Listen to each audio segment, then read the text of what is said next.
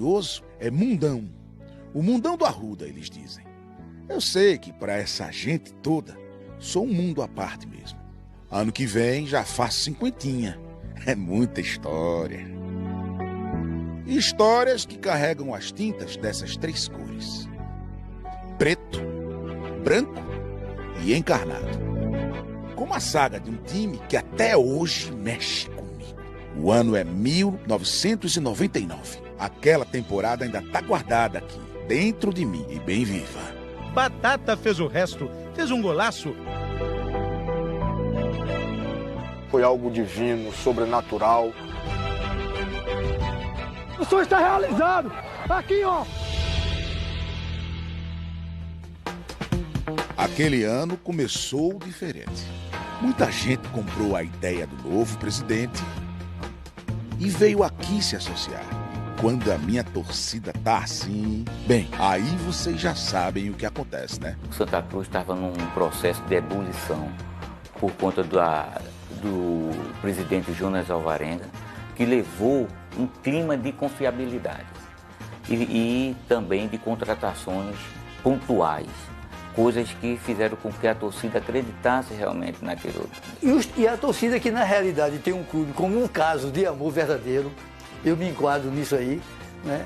E acreditou no projeto de Jonas Alvarenga, né, de fazer 50 mil sócios, o Barcelona do Nordeste, na época que ele fazia esse tipo de comentário, né? Foi arregimentando, ao ponto de que nós fomos convidados para fazer sócios aqui em Camaragibe, vender ingressos. E nós conseguimos fazer muitos sócios, né? E em um ano eu fiz mais de 27 mil sócios. Não obstante ter pego Santa Cruz, estava com 464 sócios pagantes. Na realidade, esta rua aqui ficava uma fila enorme aqui, de muitas pessoas que vinham de Carpina, São Lourenço, Timbaúba, muitas pessoas do interior daqui de Aldeia. Ninguém jamais iria acreditar que aqui em Camaragibe uma pessoa tenha feito 6 mil e poucos sócios para o clube naquele momento, em um momento de muita dificuldade. Em Timbaúba, o Santa Cruz começa a ganhar do Recife bem antes do jogo. É com uma equipe que ataca o torcedor para fazer dele sócio do clube. O resultado é bom. Há até quem troque de paixão. Eu sou Santa Cruz, eu era Náutico. Mas o Náutico perdeu pro Sport e foi uma vergonha a mim. Amigos, a massa tricolor abraçou a causa. E eu pensei, agora vai. A gente contratou Mancuso, o argentino era o cara. Jogador de seleção. Só pela festa do aeroporto, fiquei imaginando como seria.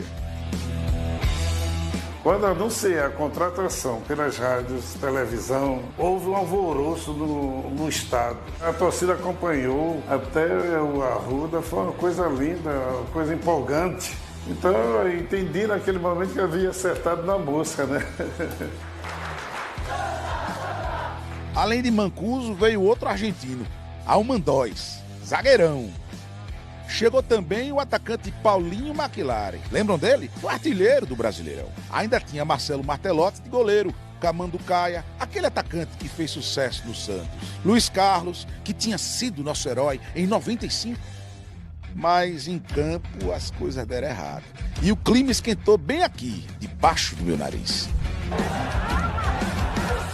Ainda assim, chegamos na final do Pernambucano. Mas perdemos pro Sport. Leonardo, livre, chutar no canto esquerdo de Marcelo. 2-1 Sport. E comemora o título inédito de tetracampeão estadual. Veio o Campeonato Brasileiro, a gente na segundona. Logo de cara levamos 2 lapadas nos 3 primeiros jogos.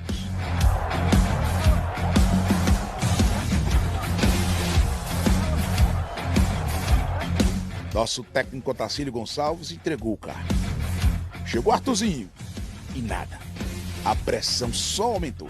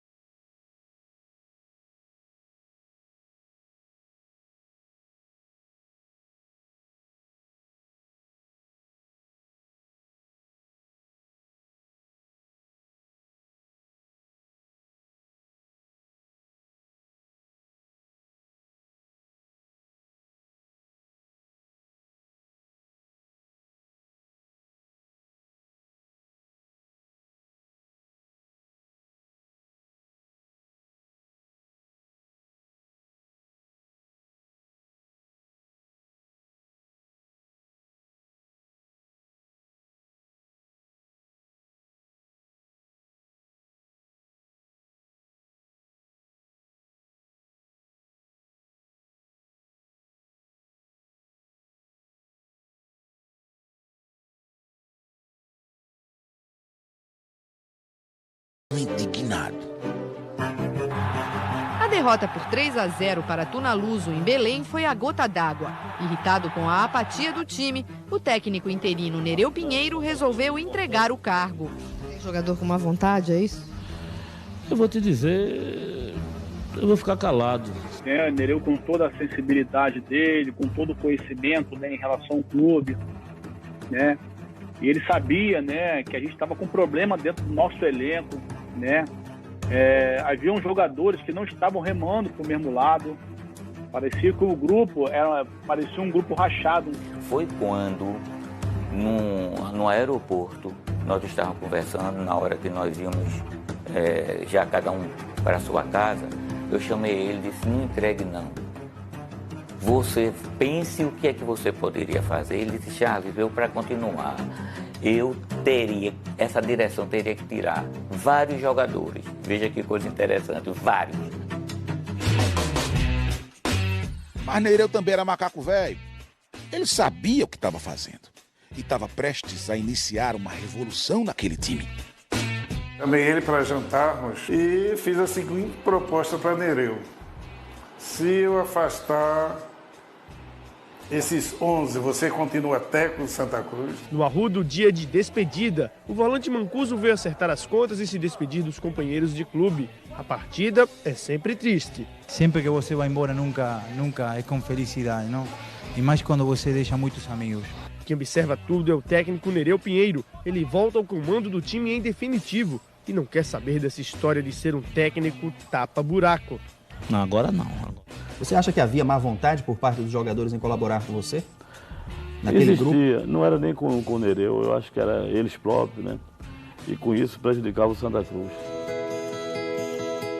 Nereu, então, decidiu abrir mão das estrelas. Corajoso, entregou essa camisa aos garotos que ajudou a formar aqui, comigo, nesse gramado, os pratas da casa. Era como se um pedaço de mim, do Arruda, ganhasse vida em campo. Tudo começou a mudar exatamente aqui. Foi num jogo contra o América de Natal, faltando só 3 rodadas para o fim da primeira fase. Em mais de 10 meses, o Santa Cruz contratou quase 40 jogadores. Curiosamente, contra o América de Natal, o time depende mesmo da prata da casa. E prata, o time tem de sobra. Ali eu sempre friso, porque 99 foi um ano de você ver mesmo e você acreditar, né? De acreditar que todo mundo pensou que era impossível o prata da casa, pegar na constância que a gente pegou um time. Os meninos sabiam, era a chance da vida deles. Arley, nesse chute certeiro aí, decidiu o jogo para nós. Coisa do destino mesmo. Essa vitória veio dos pés de um dos nossos garotos. Foi 1-0 magrinho, mas ali começou a mudar nosso rumo. Deixamos para trás a ameaça de rebaixamento. Graças a Deus, né? A Prata Cá tá dando sorte. Agora sim. Agora o Nereu Pinheiro armou o time certo. Tem que botar o que é da gente aqui, ó. 1-0 Santa. Vitória da coragem. Da luta, da raça e da coragem, entendeu? Não era todo mundo que tinha coragem de fazer o que eu fiz, não. Com muita garra, com muita vontade. Isso daí que a Prata da Casa tem que mostrar. Eu acho que ele botou o coração na ponta da chuteira e a gente tem que respeitar essa camisa, porque acima de tudo a gente tem o Santa Cruz aqui, ó. Marcelinho, Marcílio, Batata, Baiano, Wellington, Arley. O time mudou de vez e ele tinha a minha cara. E, meu amigo, deixaram a gente sonhar. Chegamos à última rodada com chances de classificação, de tentar beliscar a última vaga entre os 8 melhores. Tivemos um jogo decisivo lá no Maranhão contra o Sampaio Correia. Que esse jogo dependia também de outros resultados para que aquele clube que ia cair para a 3ª divisão pudesse permanecer entre os 8. Foi um sábado iluminado em São Luís do Maranhão, no Castelão. O Santa foi grande. O sonho da classificação começou a virar realidade nas mãos do goleiro Nilson. Nosso time eram jogadores formados no Santa Cruz e que tinha um pouco mais de rodagem. Era eu, Tinho, Eleomar e Valdomiro. Mas a verdade é que com esse time barato, simples, mas de um caráter enorme, conseguiu dar toda a volta. A vitória começou a tomar forma pelos pés de Márcio Alain, que por pouco não foi substituído. Em campo, foi dele o primeiro gol tricolor. Contra o Sampaio Correia foi um jogo que marcou muito. Muito. Até com um gol de batata, lembro como se fosse hoje. Gol de Batata. Uma roubada de bola da gente que deu errado para Toninho. O Toninho foi na frente do zagueiro, só tinha ele. Eu peguei, corri, né? Saí praticamente no meio de campo com a bola, né? Aí, graças a Deus, eu tive a frieza de sair o goleiro, eu driblei o goleiro. O Toninho ainda pediu do outro lado da bola, mas eu fiquei com medo. Deu bandeirinha da impedimento, aí eu fiz o cara que errado, o goleiro veio, saiu nos meus pés, eu tirei dele, toquei pela rede e graças a Deus. Tem jogador que é marcado com título, né? Eu fui com gol. Batata fez o resto, fez um golaço, fez 2-0. O Sampaio Correia ainda diminuiu. Romero de pênalti fez 2-1, mas já era muito tarde. O Santa agora está entre os 8.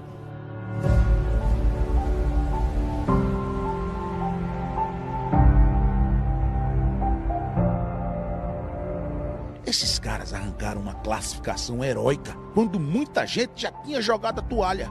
E ali tiveram certeza. Essa camisa pesa. O time agora se sentia pronto para derrubar quem viesse pela frente. Vai para a segunda fase da competição. Joga com 8. 8 é o Santa. E quem é o primeiro? O primeiro era o São Caetano, gente. Que era o bicho-papão do futebol brasileiro naquele ano. E aí passando para essa fase que era pegar o São Caetano na melhor de 3.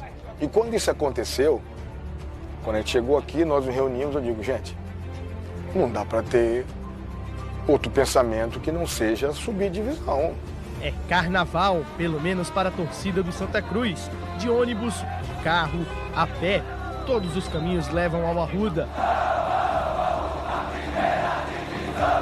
Estava cheio, lotado, uma pressão enorme. O Santa tem de passar pelo São Caetano, o bicho-papão da segundona. E para passar, o time conta com o apoio da torcida, que arrepia, que faz a terra tremer. Com a bola rolando, os caras vieram para cima. O susto foi grande, mas a resposta veio. Primeiro jogo no Arruda, que foi no dia do meu aniversário, que eu nem comentei com ninguém, né, que nós ganhamos de 1-0, que eu fiz o gol. Fiz o gol da vitória, 1-0, maravilhoso. O Arruda, acho que com 40, 50 mil pessoas. O balanço que vem dos pés de Valdomiro, 1-0 Santa, delírio no Arruda.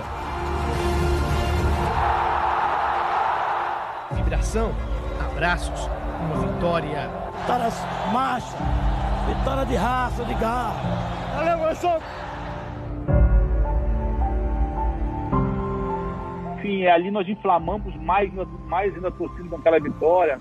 Os torcedores passaram a acreditar. Era chegada a batalha lá em São Caetano. Sem dúvida, o momento mais difícil. E quando os caras abriram 4-1, foi inevitável pensar na eliminação. Mas tu já sabe como esse time era, né? Daqui a pouco o Santa Cruz começou a reagir. 4-2, 4-3... Aí eles começaram a pedir para terminar o jogo. Se tivesse mais 5 minutos, a gente virava o jogo. Basta um empate e a equipe do São Caetano se classifica para a próxima fase do campeonato. Já o Santa Cruz de Recife, se quiser continuar sonhando com acesso à divisão principal do Campeonato Brasileiro, não pode nem pensar na palavra derrota. Vocês fiquem sabendo que o Santa Cruz a gente só ganha com sacrifício. Aquilo era uma final de campeonato para nós. A torcida veio aqui para perto de mim. Deu um jeito de se juntar e ficou no pé do rádio. Não era feito hoje que todo jogo passa na TV.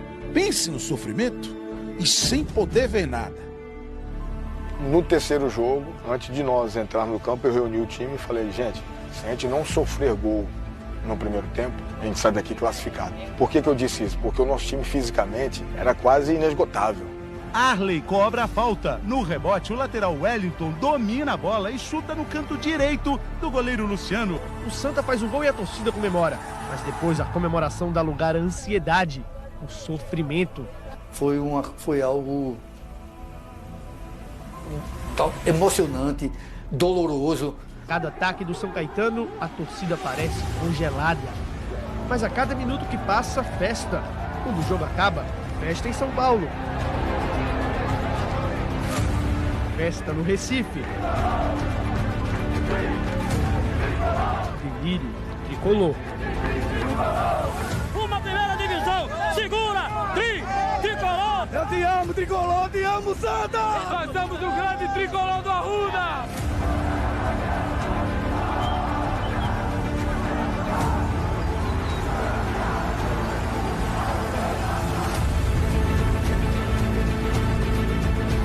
Essa classificação não deixava de ser um milagre, né? Mas a fé movia mesmo esse Santa de 99. Tu lembra daquela vitória sobre o América de Natal, onde a nossa virada começou? A turma se apegou a tudo naquele momento. E para o Santa chegar à primeira divisão, além de tranquilidade e alegria, o time conta com uma arma poderosa, a fé. Antes da bola rolar no treino, Marquinhos e Márcio Alain oram juntos, uma prática agora comum no Arruda. Desde que o Santa venceu o América de Natal, 2 pastores acompanham o grupo e participam das preleções. As vitórias surgiram. Uma qualidade maravilhosa de por Deus dentro do trabalho e a mentalidade de que iríamos conseguir. Isso foi um fator decisivo. Então esses jogadores chegavam energizados, né? Energizados para dentro de campo. Dava canseira. Eu acho que os pastores, em momento algum, eles interferiram na parte tática, na parte de trabalho do Nereu. Eles não interferiram em nada. Era uma coisa mais motivacional, né? Era uma coisa mais que ele usava a fé para movimentar, para estipular. Nos jogos, as camisas, a comemoração, sempre o agradecimento a Deus. No elenco são 8 evangélicos, que não escondem a fé. De uma forma especial, uma bênção realmente a cada jogo. Chegava o momento do quadrangular final. Bahia, Goiás e Vila Nova seriam os nossos rivais. Era jogo lá e cá. Nessa reta final, meus caros, eu virei um verdadeiro caldeirão. A gente partiu em busca do sonho, todo mundo junto. E esse quadrangular tão esperado começou aqui contra o Goiás. Recife, Arruda, Pernambuco. O mundo é encarnado e preto e branco. Eu tava empolgado demais. Era uma confiança que não cabia em mim, das arquibancadas. Mas aí o jogo começou e veio aquele susto. Pense o susto. Que deixa o Arruda mudo e o Goiás na frente, 1-0. Foi quando 2 pênaltis mudaram o nosso destino. A esperança, meio que sem querer, foi parar nos pés do nosso capitão. Começar vencendo era muito importante aquele primeiro jogo contra o Goiás. E lembro que nessa preleção, o Nereu talvez tenha falado aí por uns 50 minutos, a 1 hora mais ou menos, onde ele ali botou tudo aquilo que ele queria falar em relação ao jogo.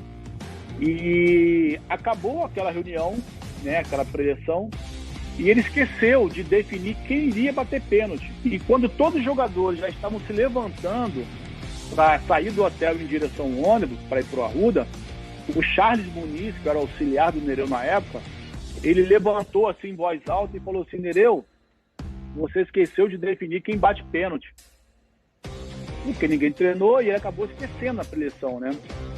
Aí o grupo todo parou na sala, aí Nereu deu uma coçadinha, que ele tinha alguns dados assim, muito legais, engraçado, que ele dava uma coçadinha, eu fazia assim, ó.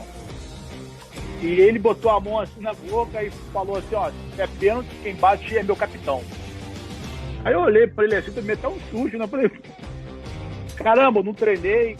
Enfim, vamos pro jogo. A história tá aí pra contar. A defesa verde põe a mão na bola, é pênalti. Tinho cobra e tudo igual, 1-1. Mas não é que de novo a defesa do Goiás tira a bola com a mão na grande área. Isso é pênalti. Tinho bate no mesmo canto, é ali, 2-1 e vira. Então assim, foram 2 pênaltis iguais, de uma emoção assim indescritível, que eu pude ver assim, de uma forma muito clara dentro do campo, a alegria da nossa torcida, sabe? A alegria de começar um quadrangular difícil e vencendo. Na segunda rodada, acabamos perdendo de 1-0 pro Bahia, na Fonte Nova. No contra-ataque rápido, Wesley não perdoa. A bola ainda toca no zagueiro Tinho. 1-0 Bahia. 1-0 Wesley. Primeiro da segundona com 22 gols. Mas o time sai de cabeça erguida. Pior para o Vila Nova. A próxima pedra no caminho do tricolor pernambucano. Veio o Vila Nova. Abri meus portões certo de que a torcida de novo faria a diferença. Que o diga Cláudio Milar. Lembra daquele uruguaio raçudo? Agora essa aqui, tô de novo, vou fazer gol, vamos ganhar esse jogo. Milar não fez gol, mas aí chutou essa bola, que sobrou para Márcio Alain e bola na rede.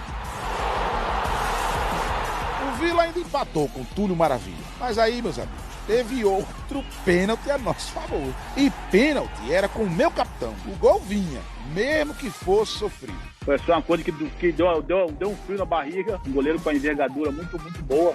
Ele bate, o goleiro defende, mas no rebote o próprio Tinho faz o gol.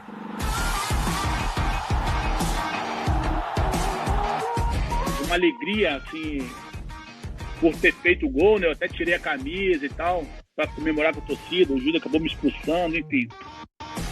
E foi assim no sufoco que a gente venceu de novo por 2-1, pra alegria do gringo e de todos nós. Hoje eu tenho a oportunidade de vibrar com eles e vou vibrar. Vai vibrar sempre agora? Sempre vou vibrar, eles merecem.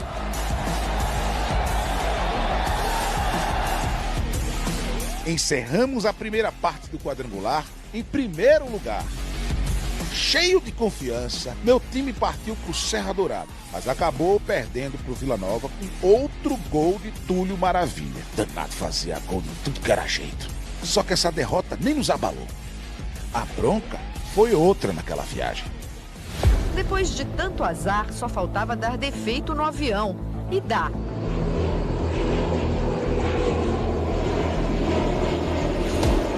Aeroportos de Brasília e de Cumbica. Foram 2 voos diferentes e um grande susto para os passageiros. Pouso forçado também em Brasília. Entre os passageiros da VASP estava o time pernambucano do Santa Cruz. Eles já tinham trocado de avião antes da decolagem em Goiânia por causa de um problema numa turbina. Durante a viagem para o Recife, um dos motores parou de funcionar. Já deve mandar outro avião para a gente viajar. Vai demorar um pouco, mas é melhor a gente voar com tranquilidade do que estar voando nesse avião. Primeiro que foram 2 aviões que não levantaram voo, né? Embarcamos no primeiro voo, taxiou, deu problema, não subiu. Logo que nós decolamos de Goiânia, rumo a Brasília, o avião começou a apresentar alguns problemas. Mais um voo e novos problemas. Agora o avião que ia direto para o Recife segue para Brasília. O piloto avisa que está com problemas técnicos. Atenção, senhores passageiros, por problemas técnicos vamos retornar a Brasília. Quando ele passa de Brasília, ele começa a tremer, a balançar. Uma coisa diferente de turbulência. O avião estava meio que tendo a tendência de dar uma caída para o outro lado, para o lado de uma das asas. O piloto mandou a gente botar tudinho, se abaixar. A gente via que o avião ia pousar de barriga. Pensa na situação de você estar dentro de uma aeronave na janela, olhando e vendo todas as cidades aos arredores de Brasília, porque o avião tinha que voar muito baixo. Os carros de bombeiro embaixo, tá no aeroporto, as sirenes, a gente vem lá de cima e o avião circulando para gastar, né, sobrevoando em círculo assim para gastar o combustível para descer de barriga. E na verdade não foi necessário. Depois é tudo engraçado, mas na hora pensávamos todos que iam falecer. Mais calmos, os jogadores e os outros passageiros rezam. Tanto obrigado, seja o vosso nome, venha nós o vosso reino, seja feita a vossa vontade. As aeromoças passavam correndo, não sabia nem, era para tranquilizar, não tinha como. Até hoje tenho medo de andar de avião sempre. Aqui no aeroporto de Brasília, o comandante informou que teve que fazer um pouso forçado porque um dos motores do avião parou de funcionar. Nunca passei uma dessas na minha vida, certo? Mas Deus é maior do que tudo, né? Conseguimos escapar.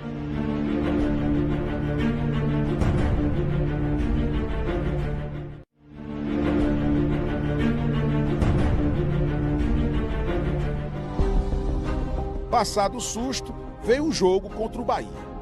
Decisivo, um cara de final mesmo. Eu sei que naquele momento todos contavam comigo, com a minha força para empurrá-los. Jogadores, torcedores, dirigentes, funcionários, enfim, todos juntos vestimos a camisa. O Santa entra em campo cheio de brilho. Para os mais de 50 mil tricolores pernambucanos, o pensamento é um só: tirar o Bahia do campeonato. Esse Arruda, cara, já vivi muita coisa no futebol, mas pelo contexto, foi uma emoção. Olha, a gente foi com tudo. De cara, vi Milá abrir o placar no começo do jogo. Mas a alegria durou pouco. Eles vieram pra cima e empataram. O goleiro deles pegava tudo.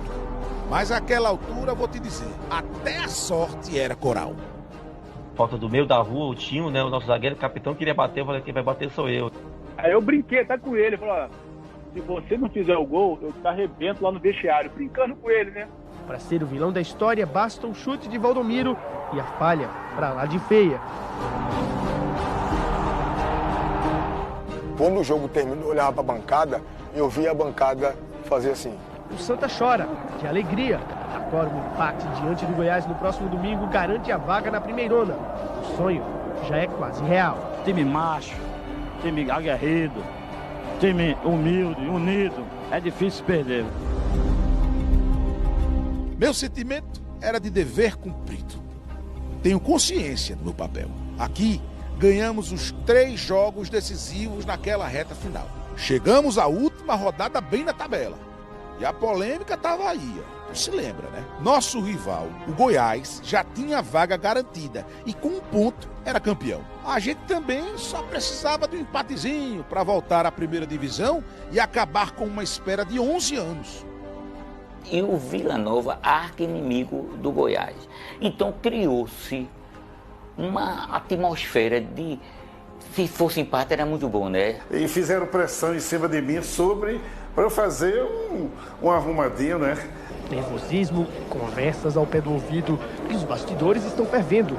Como o empate é o resultado que interessa aos 2 times, seria possível um acordo entre o Santa e o Goiás? Quando o meu telefone tocou no quarto, alguém falando de querer fazer uma combinação de resultados. Assim que eu desliguei o telefone, na hora do jantar, eu chamei o presidente e falei com ele, olha, eu estou marcando uma reunião no meu quarto agora com todos os jogadores e eu queria que o senhor participasse também. Estou fora de qualquer combinação que possa vir em relação a essa partida. Nós chegamos até aqui sem combinação nenhuma. Não vai ser na última rodada que nós vamos agora aceitar qualquer tipo de combinação, qualquer coisa que seja fora do futebol. Todos os jogadores entenderam a minha posição, abraçaram a minha posição, o presidente idem. E no meio dessa confusão toda, até os pastores entraram. E a pressão foi tanta que Nereu, junto com a direção, pegou um apartamento dentro do próprio hotel, que ninguém sabia que apartamento era aquele, alugamos. Abre a porta do apartamento, pum, daquela forma, bom dia, pá, fechou. O bispo disse, Nereu, Charles, eu falei com Jesus hoje de manhã. E, Nereu, é para entrar para ganhar. Botar o time para ganhar, porque vai ser campeão, já está escrito campeão, é o Santa Cruz, campeão brasileiro. E ele fez uma oração, e pense numa oração bonita. Só que dentro daquele aspecto ali, eu não conseguia entrar na oração, e Nereu também não. Aí aqui, eu olhava para Nereu, e Nereu olhava para mim. Nereu com o olho meio fechado assim, e eu olhando assim, como quem diz... E aquela oração longa que, não é? Eu admiro todas as religiões, mas o pastor gosta de orações longas. Quando terminou, ele repetiu, falei com Jesus, hoje pela manhã. Saiu, pá, fechou a porta. Aí não deu uma palavra com ele. Aí Nereu olhou assim pra mim e disse, Charles, será que esses filhos falaram mesmo?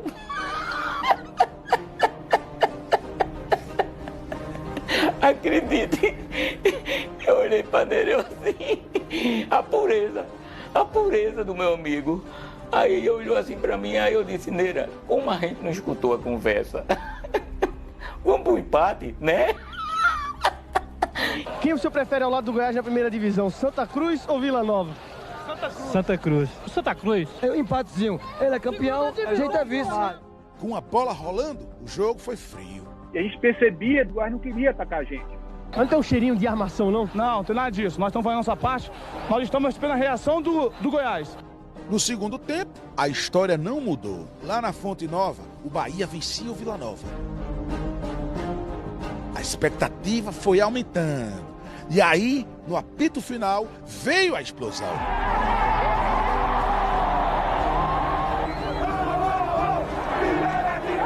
O sonho está realizado! resultado. Isso foi o trabalho da gente com garra, com determinação. E a prata da casa, junto com aqueles que queriam alguma coisa. Aqui, ó, é Tricolor, primeira divisão. Eu não sabia se estava andando, se estava flutuando. Se estava flutuando, né? Porque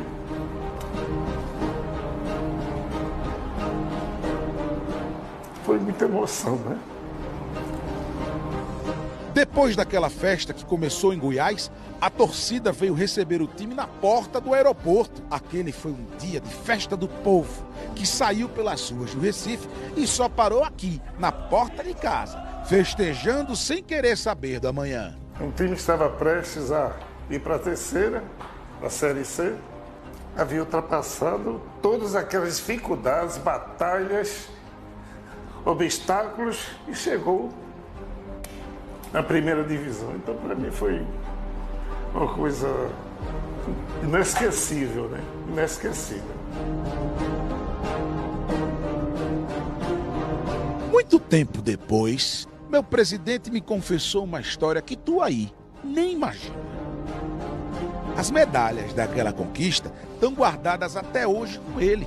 Nenhum jogador recebeu. É que esse tesouro caiu nas mãos de Jonas só na temporada seguinte. E o time já não era mais o mesmo.